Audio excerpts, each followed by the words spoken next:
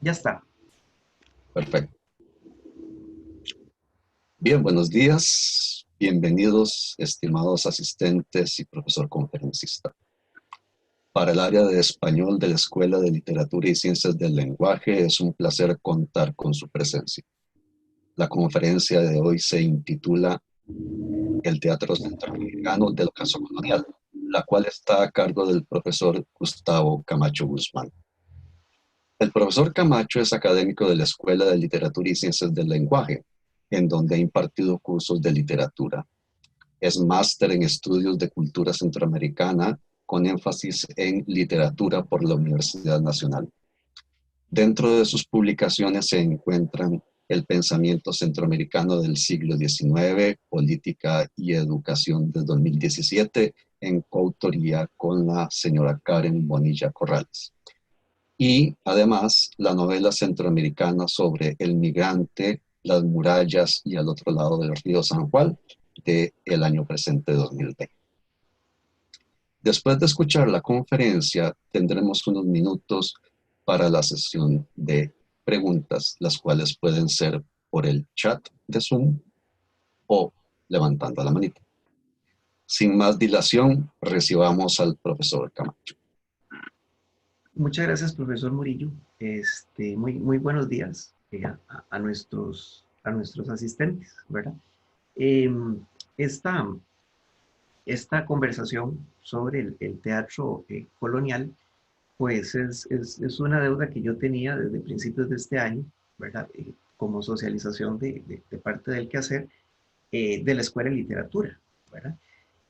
Bueno, por las circunstancias conocidas de todos nosotros, pues tuvimos que postergar un poco la presentación y cambiar el formato, ¿verdad? Pero he aquí, ¿verdad? La conferencia de hoy. Eh, le puse, pues, el Teatro Centroamericano, el Ocaso Colonial, ¿verdad? La versión escrita habla de dos autores muy en concreto que vamos a ver más adelante, y son Joaquín de Oremuno y Muñoz, de la Trinidad, costarricense, y un autor panameño que se llama Víctor de la Guardia y Ayala, ¿verdad? Ambos, a pesar de las diferencias eh, muy grandes que hay entre sus textos, tienen un fondo ideológico muy similar, ¿verdad? Muy parecido. Y hay, eso sí, una, una similitud eh, digamos, digamos, de carácter ideológico en cuanto a exaltar una figura, una imagen, ¿verdad? Este, en este caso, una autoridad de gobierno, una autoridad del gobierno colonial, y además hay un asunto adicional, y por eso me parece importante rescatar las figuras de ambos autores, este, es es el hecho de rescatar el patrimonio, ¿verdad? El patrimonio colonial, eh, bueno, en este caso, pues el más cercano a nosotros, el de Joaquín de Oriamuno, y por supuesto, pues, darnos cuenta de que efectivamente en Costa Rica, en la Costa Rica de la colonia, pues algo tuvo que haber pasado, ¿verdad? Nuestra historiografía literaria eh, más tradicional plantea que Costa Rica no produjo mayor cosa, ¿verdad? Bueno, sí produjo alguito, ¿verdad? Pero en fin, no, no, no, no vale para invisibilizarlo. Me voy a centrar, eso sí, en el examen de los textos de Joaquín de Oriamuno, ¿verdad? Por la cercanía nuestra, y pues posteriormente hablaré sobre Víctor de la Guardia. Costa Rica en la colonia es sumamente particular y sumamente interesante, ¿verdad? Pertenecimos como provincia a la Capitanía General de Guatemala, lo que llamaban también el reino, ¿verdad? El reino de Guatemala, y por supuesto que pues nuestra capital en aquel entonces estaba muy alejada, ¿no? A eso hay que sumarle, por ejemplo, las dificultades de comunicación, los problemas con los caminos, ¿verdad? Las dificultades de transporte y demás, que por supuesto hacían que fuéramos o que Costa Rica como provincia fuera alejada no solo geográficamente, sino también alejada en cuanto a las facilidades que hubiera, ¿no? de, de, de comunicación. Eh, es cierto que, según los historiadores, por ejemplo, don Iván Molina, Steven Palmer, don Eugenio Rodríguez Vega, por ejemplo, la Costa Rica colonial contaba con pocos medios económicos, ¿verdad?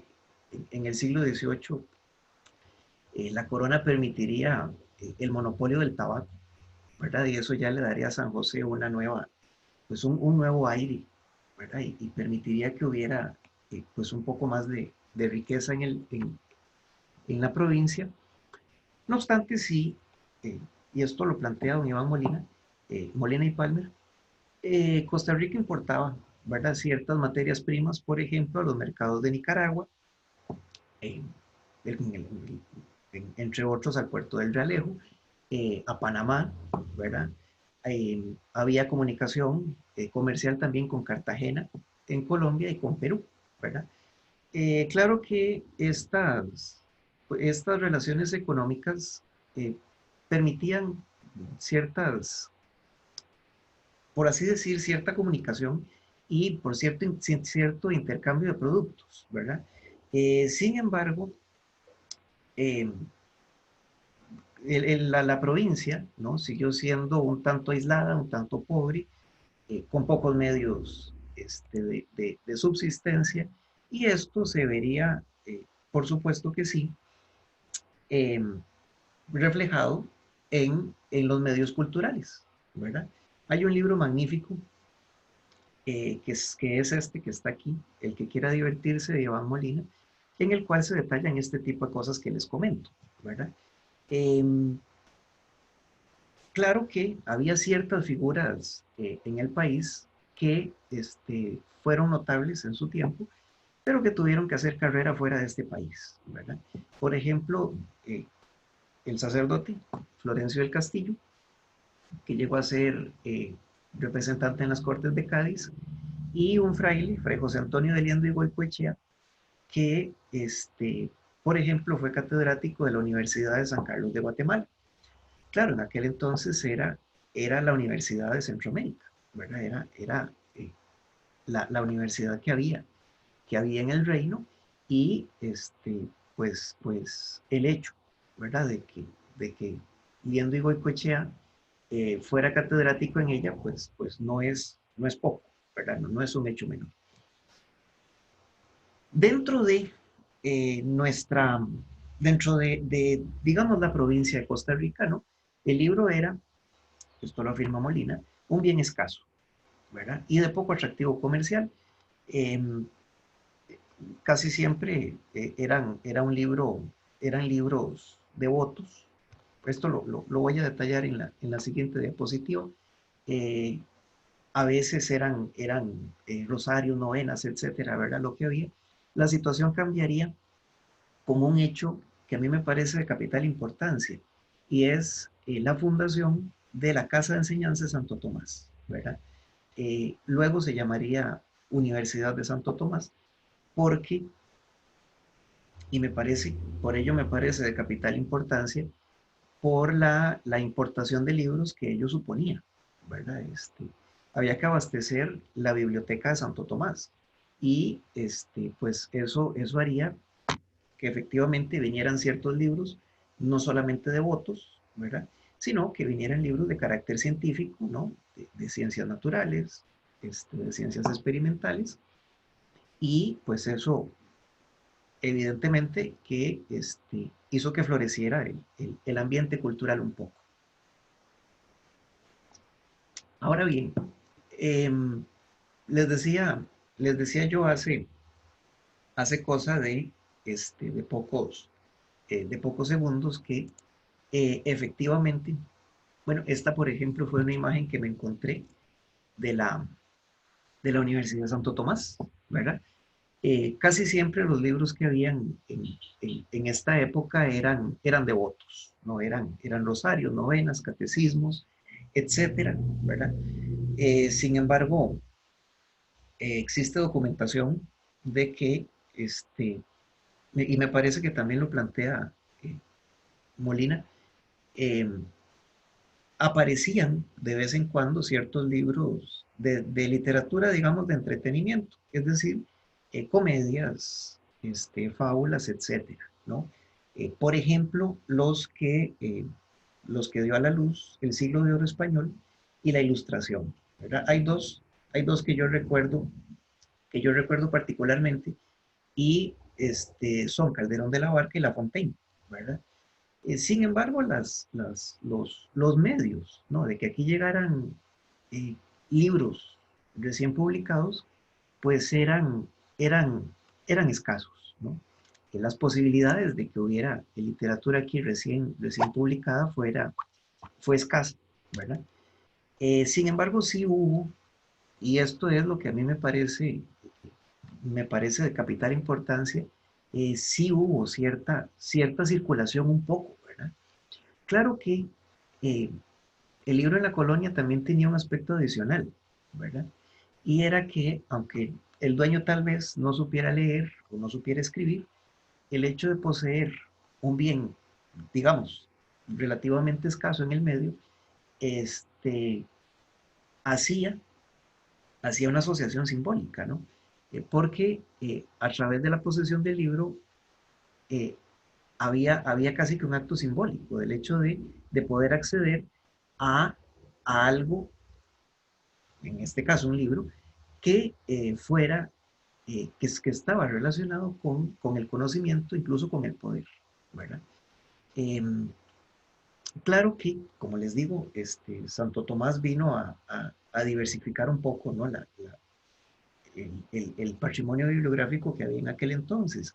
Y pues el medio todavía, el medio cultural, pues, eh, florecería aún más hacia 1830, ¿verdad? ¿Qué pasó en 1830? Bueno, dos cosas.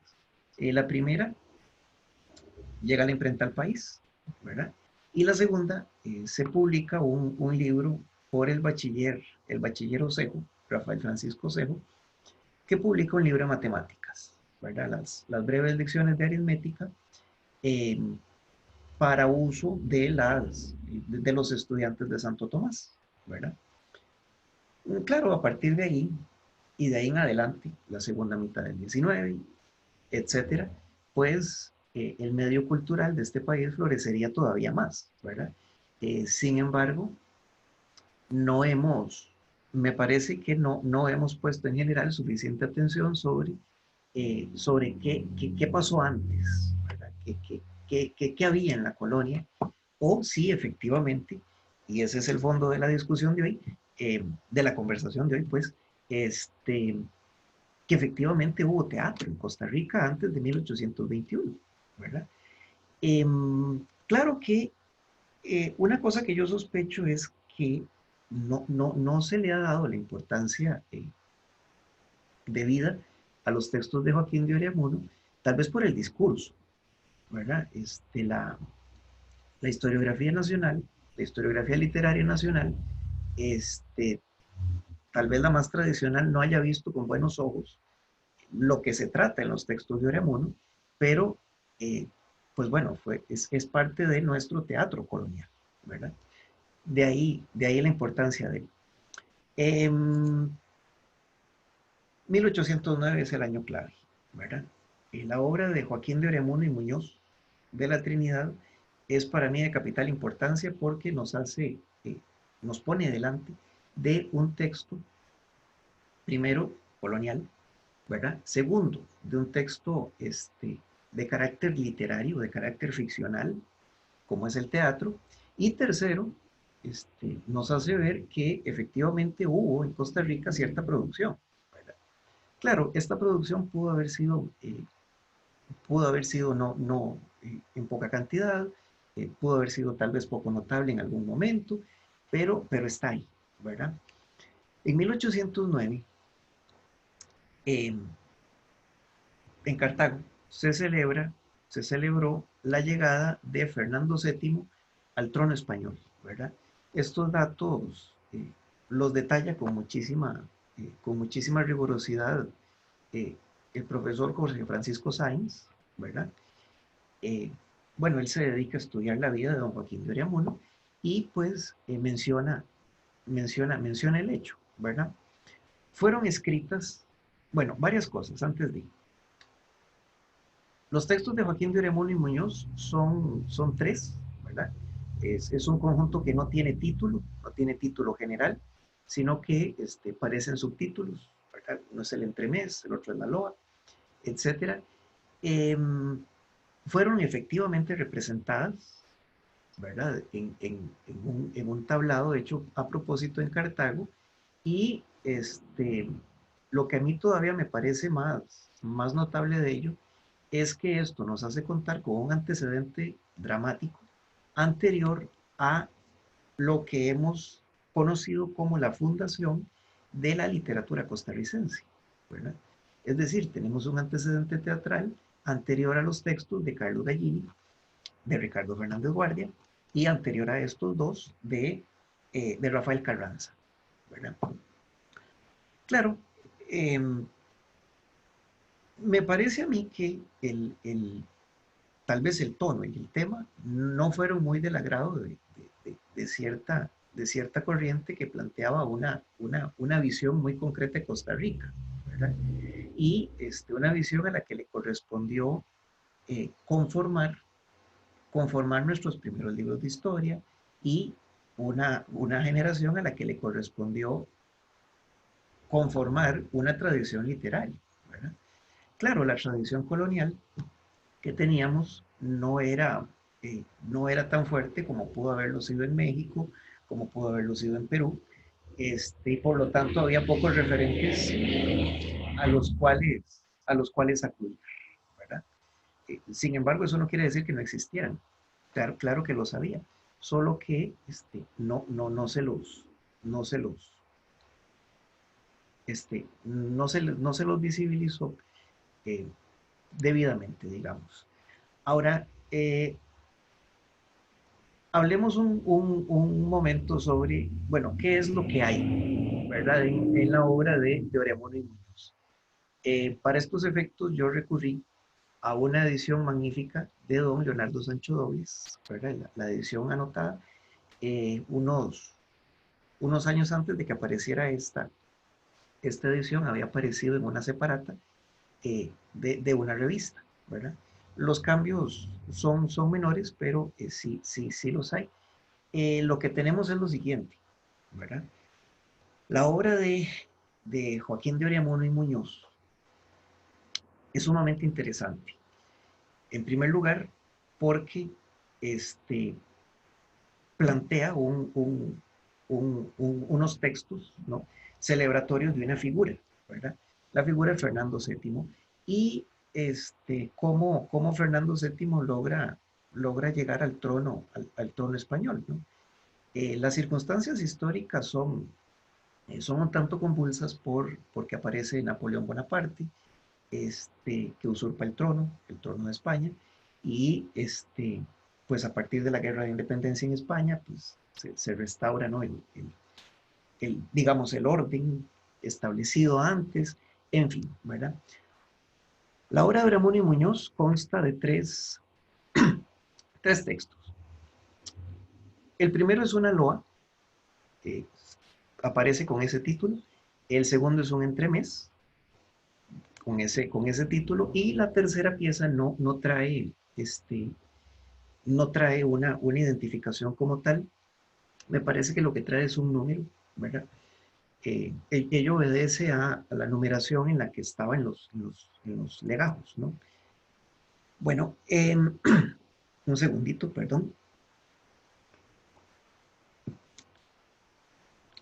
La LOA tiene lo siguiente. Mm, yo tiendo a considerar la primera parte y la segunda, la loa y el entremés, como un mismo conjunto, ¿verdad? Como dos partes de un mismo texto. Puesto que la primera parte, la loa, es una introducción sobre el tema que se va a desarrollar en la segunda pieza, en el llamado entremés. Em, para el caso que nos ocupa, ¿verdad? Esta introducción, en esta introducción tenemos dos personajes, que son el farsante y el soldado. Uno de ellos eh, se pregunta por cuál es la causa del regocijo, ¿verdad? En el que se encuentra la ciudad de Cartago. Y el otro le responde, ¿verdad? Y le dice, bueno, pues yo no se lo puedo explicar, pero se lo puede explicar la música, ¿verdad? Aquí tenemos un elemento que va a aparecer también en el texto de Víctor de la Guardia, ¿verdad? Porque los dos recurren a la música a la manera de un coro, ¿verdad? Que interactúa con los personajes, que interviene en los parlamentos, ¿verdad? Y que por supuesto que enriquece la interpretación, ¿verdad? La representación, pues. Em, pues tenemos, como les decía, el soldado y el farsante. Uno de ellos le explica al otro la razón del festejo popular. La razón del festejo es la llegada de Fernando VII al trono de España y se alude, se menciona qué va a suceder en el entremés, ¿verdad?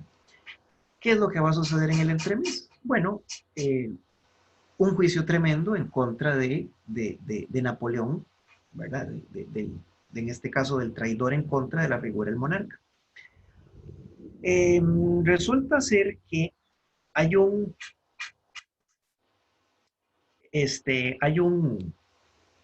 asunto muy interesante, ¿verdad? Que aparece en la LOA y que aparece también en el entremés, y es el hecho de que una circunstancia política de allá de ultramar, de España, toma para la representación ciertos tintes este, que no son terrenos, que no son terrenales, ¿verdad? Por ejemplo, Fernando VII es un monarca que también se encarga de los asuntos divinos o de los asuntos ultraterrenos, ¿no?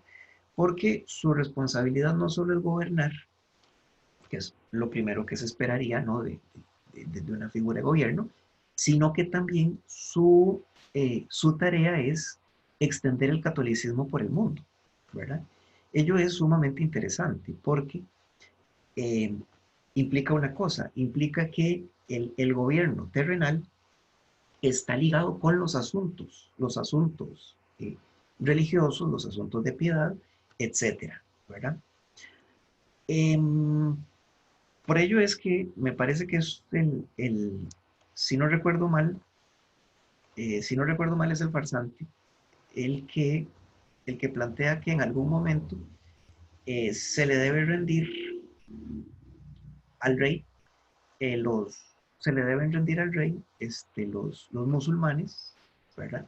Y lo que en aquel entonces se llamaban los infieles, ¿verdad? Es decir, permítame un segundito, eso está en, en la versión anotada de Sancho Dobles, está a partir del verso 149, lo que dice es lo siguiente, que a su imperio se le rindan, al imperio Fernando VII, se le rindan cuantos están conjurados contra nuestra santa fe, que pérfidos y obstinados persiguen la verdadera ley que los fieles guardamos, ¿verdad?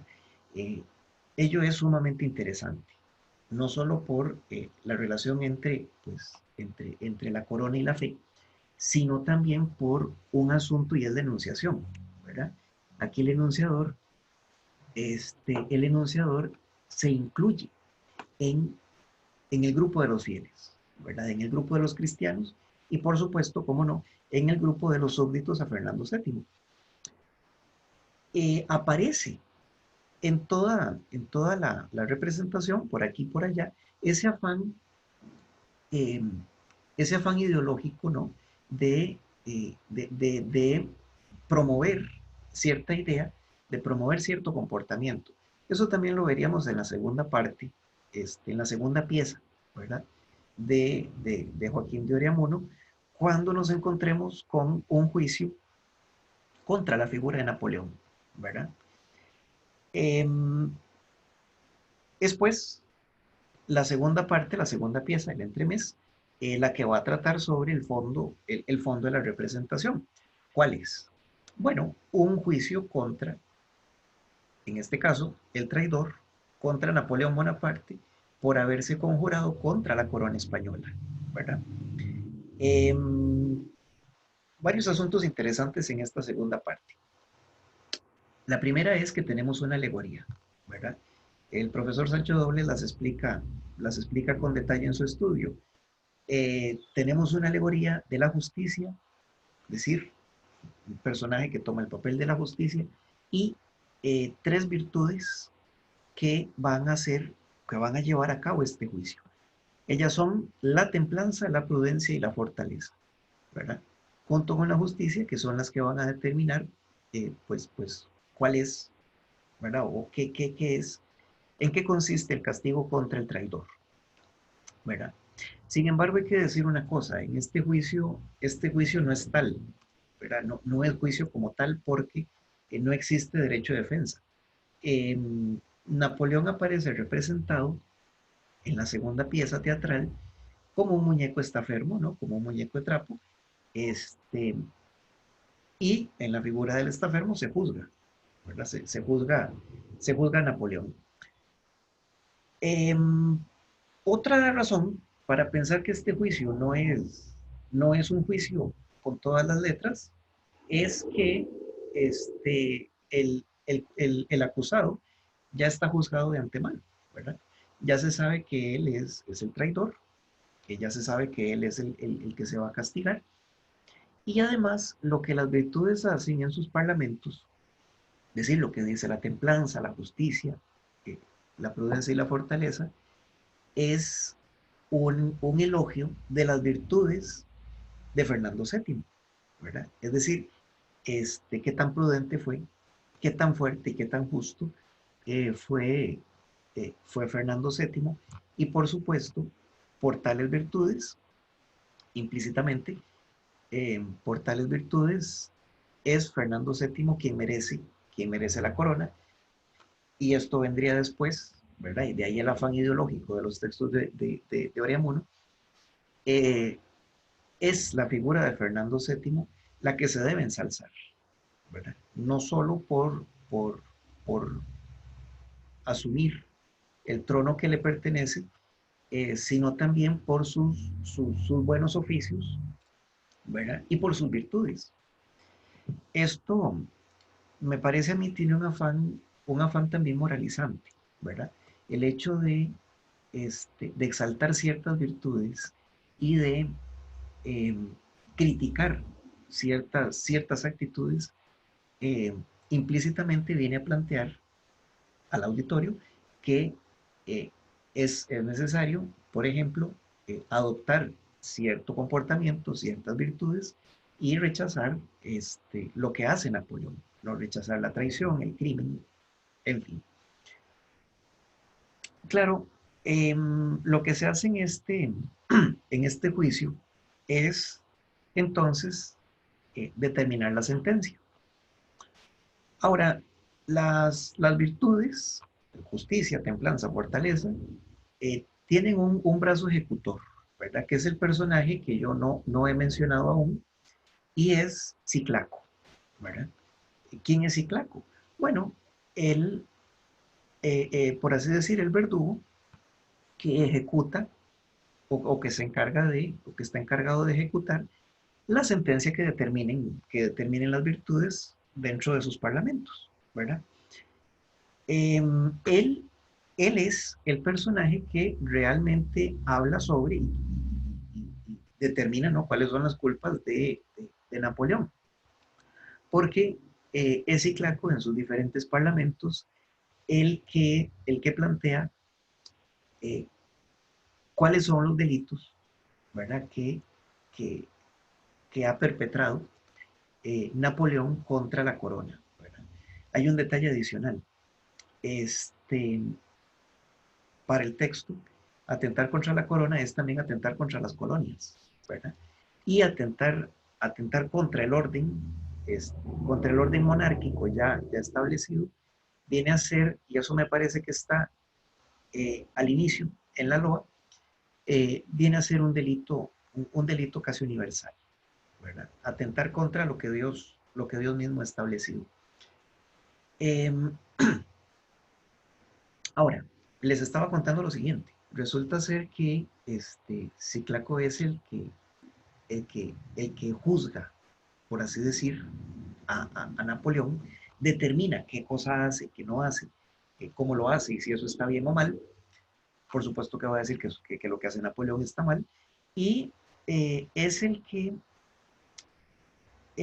a fin de cuentas eh, tendrá que llevar a cabo la sentencia que determine las virtudes.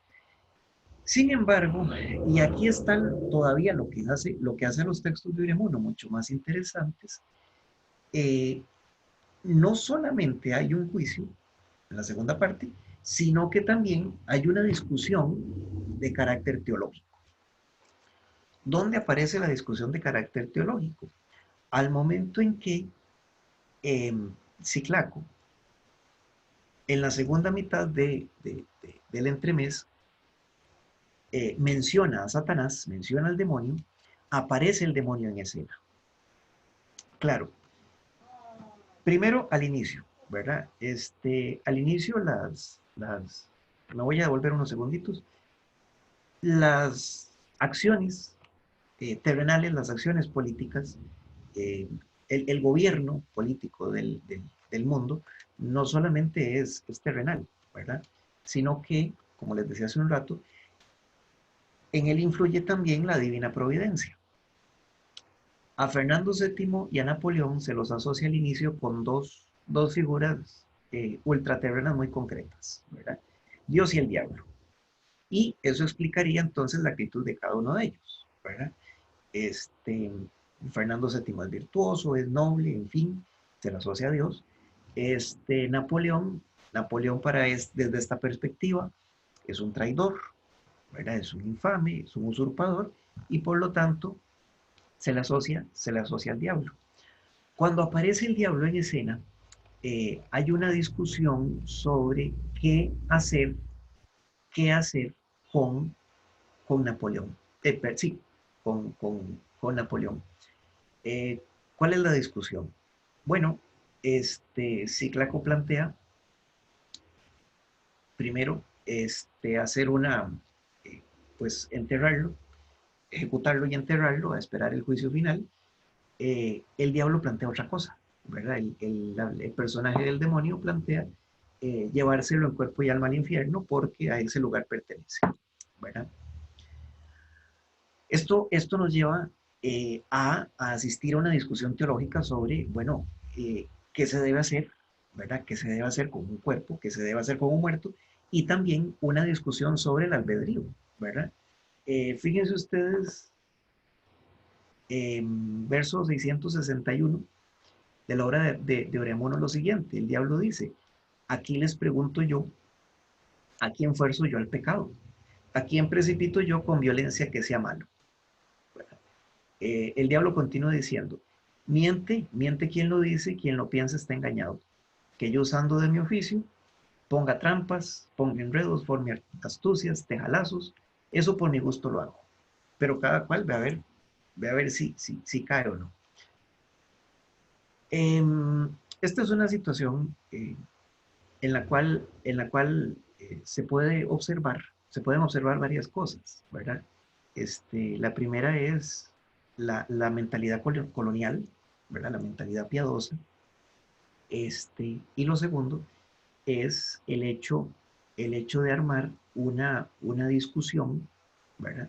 Sobre el albedrío nos lleva a otra cosa, ¿verdad? Y es el hecho de plantearnos, bueno, eh, ¿cuál es, ¿verdad? ¿Cuál es el albedrío de las personas? Y efectivamente, como se planteaba al inicio, eh, los personajes están gobernados por la virtud, por Dios o por el diablo, o si efectivamente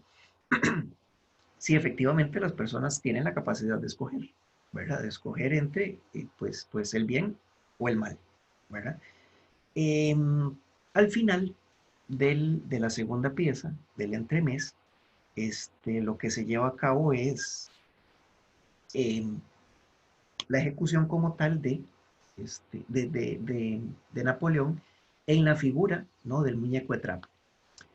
Eh, Esto también tiene un afán de inculcar cierta idea en el auditorio, ¿no?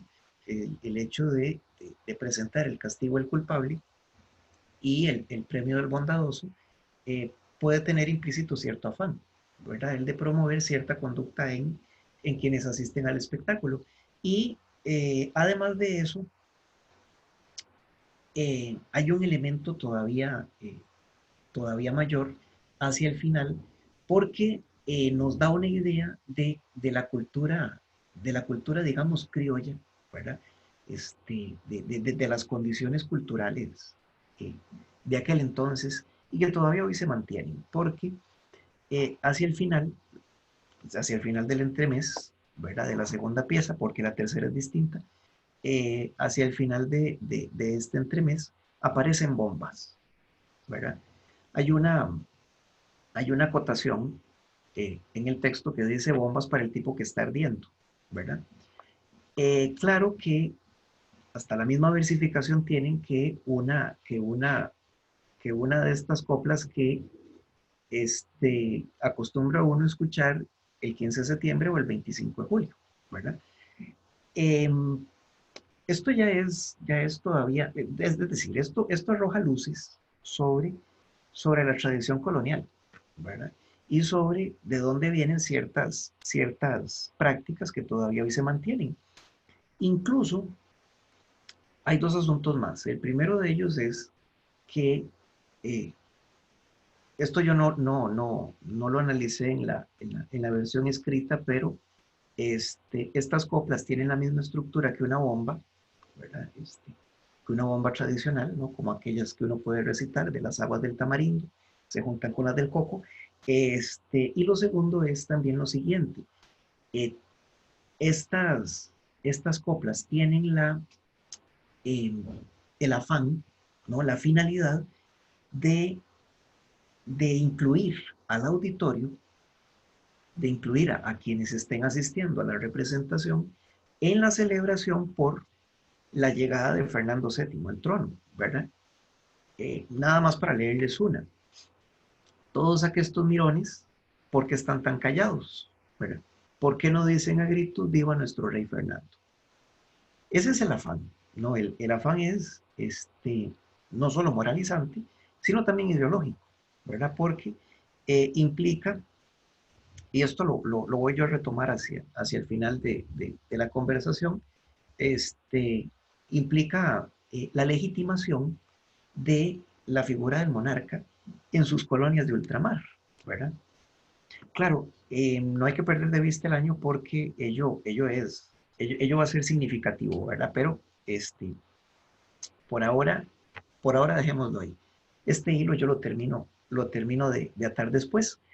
Em, claro, la alabanza al rey es con lo que termina la segunda pieza, el entremés, y caemos a la tercera pieza, ¿verdad?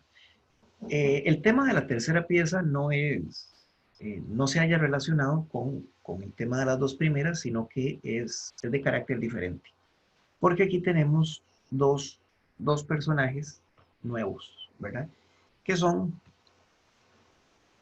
Serapio y Calandraco, ¿verdad? Eh, la tercera pieza es breve. De lo que trata es de una discusión sobre, aparece uno de ellos eh, y lanza una crítica al auditorio, ¿verdad? Y después de ello aparece el segundo personaje y lo increpa, ¿no? Le dice, bueno, pero como usted ha dicho una barbaridad de esas, aparece la discusión de si el primero dijo o no dijo, ¿verdad? Y qué fue lo que dijo. Y al final Serapio y Calandraco se reconcilian, se dan un gran abrazo, le terminan de lanzar vivas al rey Fernando y con ello termina la representación teatral. Claro, eh, ¿por qué me parece rescatable a mí este texto y demás? Eh, Porque nos deja ver que efectivamente hubo teatro en la colonia y no solo teatro en Guatemala ni en Nicaragua, ¿no? Sino que hubo teatro en Costa Rica colonial. Claro, en Nicaragua hay una amplia tradición, por ejemplo, con el huehuense, ¿verdad? Y En Guatemala hay también una amplia tradición con, con el baile, un texto que se llama el baile de la conquista, ¿verdad? No solo está ese, sino que durante la colonia había también otro que tal vez hayan escuchado, el Rabin Alachi, ¿verdad? Pero en Costa Rica, la tradición historiográfica de nuestra literatura ha dicho que en este país no hubo, o es muy poco, o no se conservó, ¿verdad? Yo creo que en buena medida eh, Abelardo Bonilla es un tanto artífice de esta idea, ¿no? De la idea de que en Costa Rica no hubo literatura colonial, ¿verdad? No la hubo en gran cantidad como pudo haberla en Guatemala, eso es cierto, pero, pero sí que hubo algún texto por aquí y por allá, particularmente escrito por un costarricense, ¿verdad? Em, claro que todo texto es hijo de su época, ¿verdad? Va a plantear ciertas ideas que también nos vamos a encontrar en el texto, por ejemplo, de Víctor de la Guardia. Les estaba diciendo una cosa hace un rato. La representación de los textos de Oriamuno y Muñoz fueron en 1809, a propósito de la llegada de Fernando VII al trono. En Panamá pasó algo, algo digamos, distinto, eh, pero en el fondo algo muy similar. Porque en el mismo año, en la misma época en que aquí en Cartago se armó un tablado en la plaza, ¿no? Para hacer ahí un entretenimiento teatral, se presenta en la ciudad panameña Penonomé una tragedia en tres actos y además en verso, ¿verdad? Ese es el segundo texto que yo reviso en la segunda parte del escrito, ¿verdad? En Panamá tenemos otro ejemplo. Claro, tenemos que hacer una distinción entre Cartago y Penonomé, ¿verdad? O entre Costa Rica y Panamá. Panamá pertenecía administrativamente a otra instancia que no era el Reino de Guatemala, ¿verdad? Que era el Virreinato de Santa Fe, que se hallaba en Colombia, ¿verdad? En la actual Bogotá. Víctor de la Guardia es este que ven ustedes aquí a mano izquierda, ¿no? Este, aparecen estampillas, ¿no? De allá de Panamá. Este señor es autor de una obra de teatro con un tema muy diferente al de Uremuno, con un tono sumamente distinto, ¿verdad? Pero con una misma intención. La intención es legitimar la figura del monarca español en sus dominios coloniales, ¿verdad? El texto se llama, lo ven aquí abajo, La política del mundo, y es un texto estrenado, como les decía, en 1809, pero se publicó hasta 1902, ¿verdad? Quien lo publica es el bisnieto de Víctor de la Guardia, y que a nosotros tiende a sonarnos un poco conocido porque es Ricardo Fernández Guardia, ¿verdad? Fernández Guardia la publica en 1902 y pues de ahí en adelante. En este texto, en la política del mundo, se va a recurrir a la tradición latina, a la historia de Roma, ¿verdad?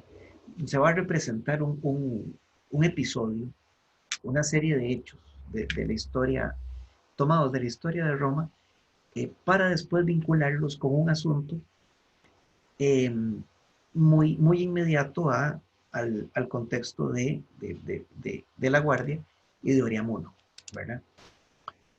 Hay otra diferencia entre estos dos. El texto de la política del mundo es un texto que al momento de leerlo se da uno cuenta de que es una representación teatral diseñada para un teatro que tiene grandes facilidades de utilería, ¿verdad? Aparece el Senado romano, ¿verdad? Aparecen las habitaciones de Julio César, este, se representa en escena, eh, en- en- se representa en escena una batalla una batalla campal, ¿no? Entre dos bandos, etcétera. Se recurre a la tradición latina. Los personajes principales van a ser tomados de la historia, porque vamos a tener primero a Julio César, segundo a Cleopatra, ¿verdad? Tercero a Bruto, ¿verdad? Y a Casio y a Pompeyo, ¿verdad? Los nombres ya nos dan una idea de la ambientación adicional, ¿verdad? Lo que va a aparecer en la política del mundo son los problemas políticos de Roma, ¿verdad? Es decir, las intrigas de Julio César para hacerse con el poder, la, la alianza entre Casio, Pompeyo y César eh, para extender, ¿no?, el imperio de Roma. Después aparecería la guerra civil este, en Roma y la instauración del imperio romano, ¿verdad? Esos son los problemas políticos de Roma, grandes rasgos, ¿verdad? Los que van a aparecer en el texto. Además de esto hay un asunto interesante y es el siguiente. Eh, en diversas partes de los tres actos de esta obra va a aparecer una idea y es cómo entender a la política, cómo es, de ahí el título, cómo es la política del mundo, ¿verdad?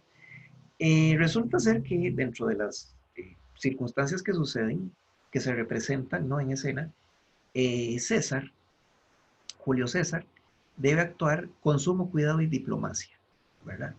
Primero porque eh, la alianza diplomática entre César, Casio y Pompeyo eh, se acaba, se acaba con la muerte de uno de ellos. Los otros, los que sobreviven, entran en discusión, entran en contienda y terminan en guerra. Y Cleopatra interviene por intereses políticos, ¿verdad? La conveniencia de Cleopatra es matar al, me parece que es a Pompeyo, al, al contrincante de César, para que después Julio César le pueda ayudar, ¿verdad? En sus intrigas, las intrigas de Cleopatra, para hacerse con el reinado. Em, ¿Qué tenemos en el fondo? Bueno, en el fondo lo que hay es un conjunto de circunstancias muy particulares, muy personales de Julio César, de Cleopatra, etcétera, y esas circunstancias muy particulares son las que influyen en los acontecimientos políticos, ¿verdad? En los acontecimientos públicos. Eh, Ahora, esto nos implica varias cosas, principalmente que Julio César tiene que eh, andar con sumo cuidado y moverse con sumo cuidado, porque en el ejercicio de la política, la, las personas van a estar rodeadas, como le pasa a César, de enemigos, ¿verdad? De gente que le va a querer arrebatar el poder, que va a querer intrigar, etcétera. Y lo otro es lo siguiente, no solamente el general triunfante, sino también todos sus cercanos, como su esposa, este, sus servidores más allegados, etcétera, deben actuar con sumo cuidado, este, debido a que el ejercicio de la política tiende a ser peligroso, ¿verdad? Yo creo que una de las citas que nos puede ayudar a esto es la siguiente. Esto lo escribe Víctor de la Guardia y lo ponen en labios de César. Aunque muchos me aborrecen, hoy me ven entronizado. Por eso contemporizan conmigo, disimulando sus anteriores rencores con obsequios afectados, ¿verdad? La política viene a ser un ejercicio en el cual el disimulo y la intriga van a ser, van a ser la ley, ¿verdad? No solamente el ejercicio y la intriga, ¿verdad? Sino también el oportunismo. El oportunismo también va a aparecer. Uno de los servidores de César, por ejemplo, dice lo siguiente, a propósito de las intrigas y la política, dice Cébola, yo solo sé que es preciso que yo ahora coma y beba, porque no hay política como sacar la barriga llena, ¿verdad? Eh, a esto se le suman dos asuntos más, ¿verdad? Y son la traición y el crimen. En el ejercicio político, diría, bueno, diría no, sino puede pensarse a partir de la lectura del texto de Víctor de la Guardia, en el ejercicio político también se corre el riesgo de sufrir la traición y el asesinato, ¿verdad? Ahora, esto es tomado de la historia de Roma. Resulta ser que, pues, Bruto es un personaje que intriga en contra del César, se alía con el Senado romano para después asesinar a César, ¿verdad? Eh, pues quitarlo del camino. Claro, el asesinato de Julio César sucede al final, eh, al final de la representación, ¿verdad? Sucede al final del texto, al final del tercer acto, y eh, esto nos lleva a un asunto sumamente interesante, ¿verdad? Hasta el momento, digamos, hasta los dos primeros actos, buena parte del acto tercero, eh, a lo que se está asistiendo es a una representación sobre la política romana, ¿verdad? El surgimiento del imperio, la guerra civil, el hecho de que César cruce el Rubicón, etcétera. Pero al final, cuando se halla ya César asesinado, aparece algo muy interesante y es un final anacrónico. Resulta ser que es Cicerón que aparece como personaje en varias partes, ¿verdad? La mayoría de las veces para llamar a la calma y para llamar a la cordura, sin embargo no le hacen caso, ¿verdad? Es Cicerón el que, hacia el final del tercer acto, ensalza a la figura de Fernando VII, ¿verdad? Este final anacrónico permite hacer algo, ¿verdad? Y es entonces, y esto lo plantea el profesor Albino Chacón, eh, plantea trastrocar los personajes. Porque entonces, claro, Julio César, el Julio César de la obra de teatro, no es como tal el César, no se remite solamente al César histórico, sino que a través de su figura se remite a Napoleón Bonaparte. Y esto lo digo yo también hacia el final de la versión escrita. Esto permite pensar entonces que el pueblo romano, ¿verdad? Que el Senado de Roma y que Bruto, como personaje, sean una manera de alegorizar a no solo Fernando VII, sino también a las colonias de España, a toda España, ¿verdad? Y sus dominios de este lado. Eh,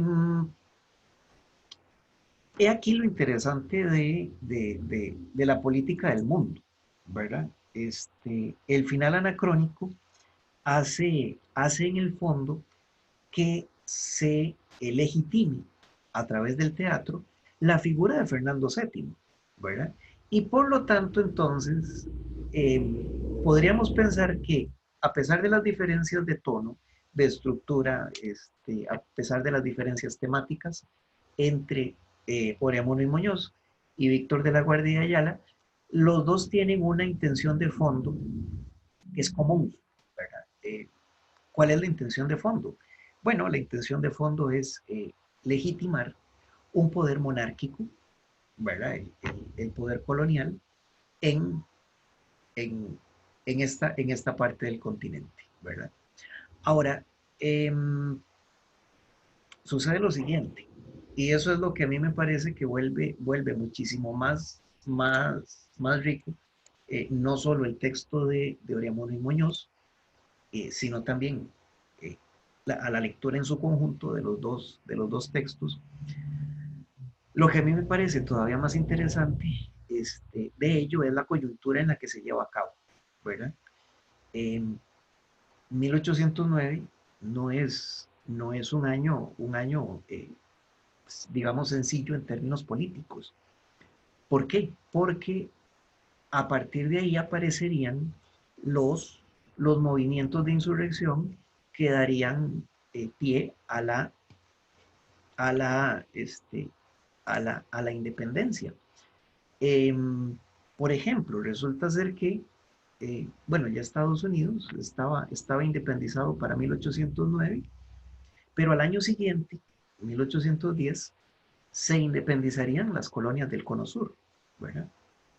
En 1811 empieza a haber insurrección ya en las provincias de Centroamérica, en Guatemala, en Nicaragua, pues aquí también hubo eh, pues cierta, eh, cierta convulsión pública, ¿no? Con respecto a esto.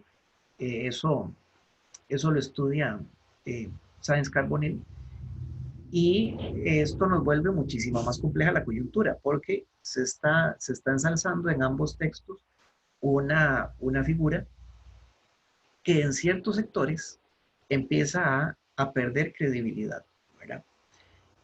Claro que los textos de Ramón y Muñoz y la tragedia de Víctor de la Guardia dan cuenta de dos condiciones culturales muy diferentes, ¿verdad? Durante la colonia. Esto, esto permite determinar, ¿no? Cuáles eran las dinámicas culturales, ¿verdad? Cuáles eran esas diferencias y, por supuesto, cuáles son este, las facilidades teatrales que había en las diferentes colonias. En, en Peronomé, por ejemplo, que fue donde se estrenó la obra de Víctor de la Guardia, pues lo que el texto deja pensar es que se necesitaba una utilería muy amplia, ¿verdad? Primero, bueno, no solo César aparece montado en un carro triunfal, entrando a Roma, ¿verdad? Ese es un homenaje muy interesante porque permite ver que efectivamente la gente, los, los, los cercanos al César, deben festejar una cosa que no ven con agrado, ¿verdad? Y es que empiece una tiranía. Eh, Otro asunto de utilería. Bueno, no solo el carro triunfal, sino la significación de toda una batalla.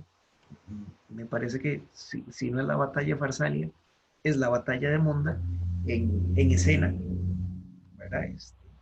Eso permite pensar que, bueno, pues, había facilidad de utilería y había suficiente personal como para, actoral, como para presentar una batalla en escena.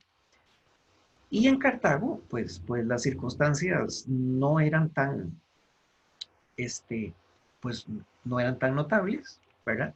Sin embargo, he aquí el hecho de por qué es rescatable el texto. Sin embargo, esto da cuenta de las condiciones en las que se encontraba la Costa Rica, en este caso el Cartago colonial. Eh, Aspectos en común. Bueno, ambos textos son homenajes al poder monárquico, ¿verdad? La condición coyuntural, las condiciones políticas de aquel entonces, pues no eran nada sencillas, por lo que ya les he comentado. Son homenajes al poder monárquico. El profesor Chacón eh, menciona que el texto de Víctor de la Guardia se puede llamar un teatro de circunstancias, ¿verdad? Porque obedece a circunstancias muy concretas, ¿verdad? Del aquel entonces.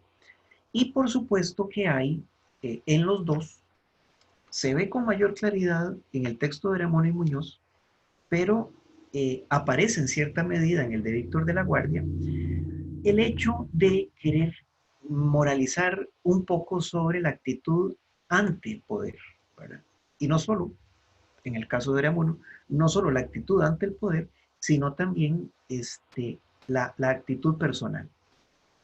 El hecho, por ejemplo, de que se castigue una conducta, estoy hablando de los textos de Aramuno, se castigue una conducta es, este, es señal implícita para el auditorio, ¿verdad? Por el hecho de que efectivamente, implícitamente lo que se está queriendo decir es no hay que traicionar la autoridad ya instaurada porque eso va a traer consecuencias, ¿verdad? En el aspecto político, bueno, aquí sí hay una coincidencia. Ambas plantean la obediencia al rey, ¿verdad? Y a la legitimación del poder monárquico. Por ello no es casual que Sáenz Carbonell mencione, bueno, que el subtítulo del libro de Sáenz Carbonell sea eh, La vida de un monárquico costarricense, ¿verdad? El libro se llama Don Joaquín de Ureamuno y Muñoz de la Trinidad, Vida de un monárquico costarricense. Claro, parte del ideario de aquel entonces pasaba por ello, ¿verdad?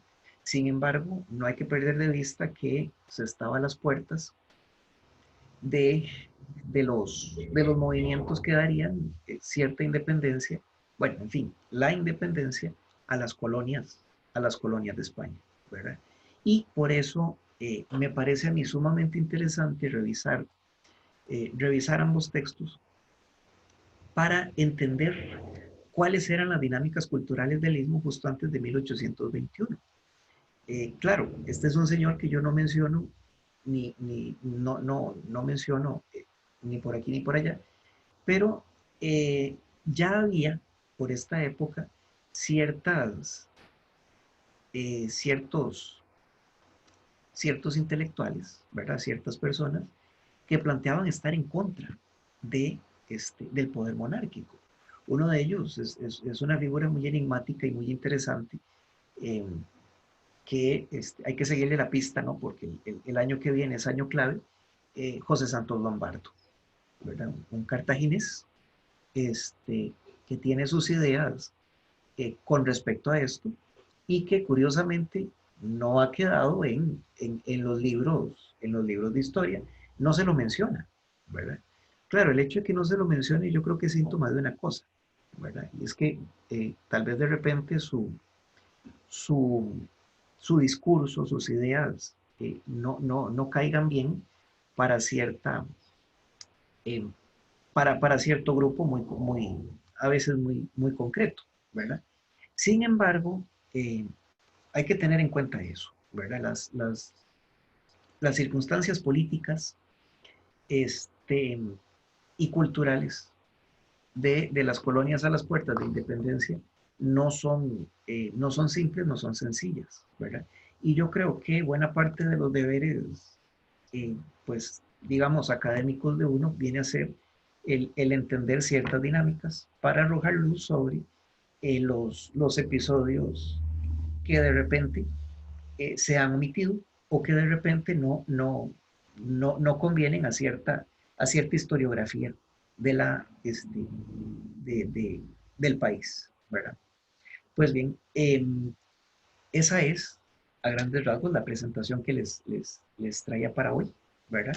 Entonces me gustaría ver si hay algún comentario, alguna pregunta y muchísimas gracias por su atención.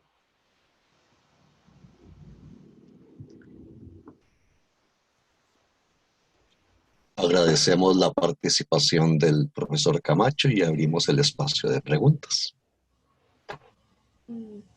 Yo, hola, Gustavo, muchas gracias. Bueno, es un comentario y una pregunta, un poco de los dos. Lo primero sería que, bueno, yo sé muy poquito sobre el otro texto de Ureamuno, ¿verdad? En realidad es muy poco, pero no sé si la pregunta va más como hacia recepción, digamos, si de casualidad usted sabe cómo se recibió en Panamá, o sea, si se dio su difusión, digamos, bien, o fue como el caso de Ureamuno, ¿verdad? Que se trató como de evitar que el texto se difundiera hasta algún punto, ¿verdad? Entonces, sí, eso sería. Y muchas gracias por la información, no había absolutamente nada, entonces. Ok, no, pues Ana, con mucho gusto. Mira, de la recepción que tuvieron los textos de Víctor de la Guardia, hay poca información. De hecho, no he encontrado este, no he encontrado, ¿verdad? Lo que sé es que sí, sí, parece que se estrenó, ¿verdad? En escena, ¿verdad? Pero después de ahí no he encontrado mayor información, ¿verdad? De hecho, un conocido que tiene también conocidos en Panamá me comentó que no hay eh, mayor información al respecto. Ay, Eh, José, hay una manita levantada, no sé si le doy. Sí, por favor. Es mi manita. Buenos días. Buenos buenos días. días. Vamos a entrar a... Pido disculpas porque aquí están cortando zacate, los perros ladran, etcétera, etcétera. Mucho gusto y buenos días, Gustavo. Quería comenzar agradeciéndote tus palabras por el trabajo que he hecho de la edición crítica de las piezas de Oriamuno. En efecto, pues es un trabajo que me alegra, que esté circulando y me alegra muchísimo que lo estés considerando para tus trabajos y tus estudios. Eso, pues quería agradecerte y felicitarte por el trabajo. La verdad es que me parece que estás estableciendo ahí unos nexos y unos diálogos que son necesarios en esta etapa eh, pre-independencia, en esta etapa también pre-imprenta. Y eso es lo que yo quisiera comentarte y preguntarte en este caso. Es decir, estás manipulando y estás trabajando textos que en su momento se escribieron con tinta. Es decir, fueron textos que no pasaron por la imprenta. Bien lo planteas y eso lo dice claramente Álvaro Quesada, que cuando la imprenta llega en 1830, todo lo que hay antes de la imprenta no tiene importancia, lo dice así don Álvaro Quesada.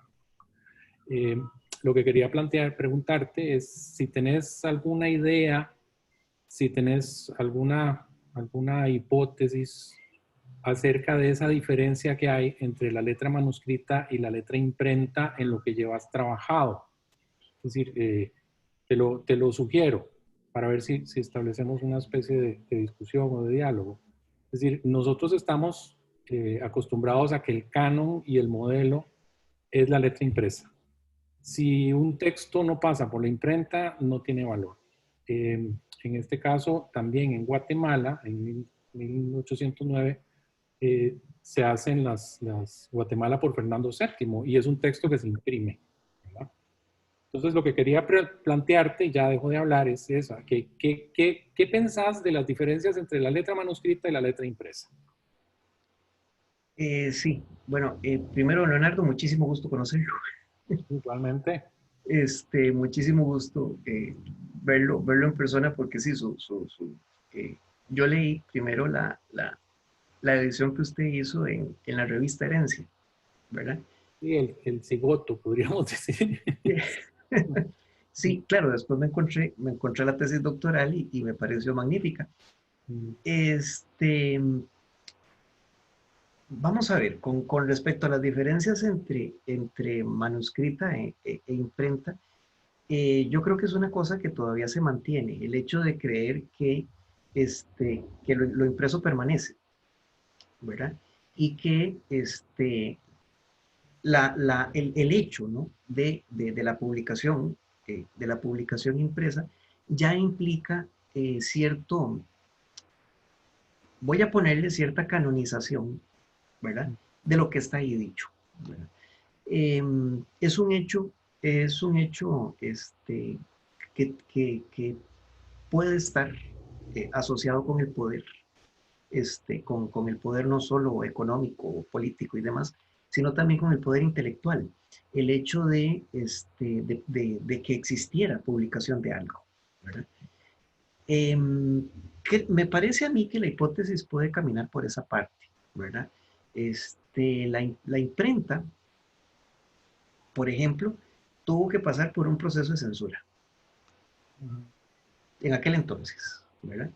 Este proceso de censura posiblemente haya hecho ver que efectivamente lo que esté impreso está validado, eh, y por supuesto que lo que se puede pensar es, bueno, y lo han visto los más doctos en una disciplina o en una circunstancia. Bueno, ya el hecho de que la censura haya estado atada a la iglesia, bueno, ya eso será otra discusión. Pero yo creo que por ahí va, va, va la diferencia entre escribir, Ujú, escribir a mano, ¿verdad? Como si escribiera un libelo, un panfleto o alguna cosa de entretenimiento y ujú, este, escribir algo que ha pasado por los filtros eclesiásticos y por la imprenta. Yo creo ujú, que en buena medida eso es lo que ha hecho que el señor Figueroa, el álbum de Figueroa, ujú, ujú. se haya rescatado muchísimo tiempo después, Claro. ¿verdad? Porque es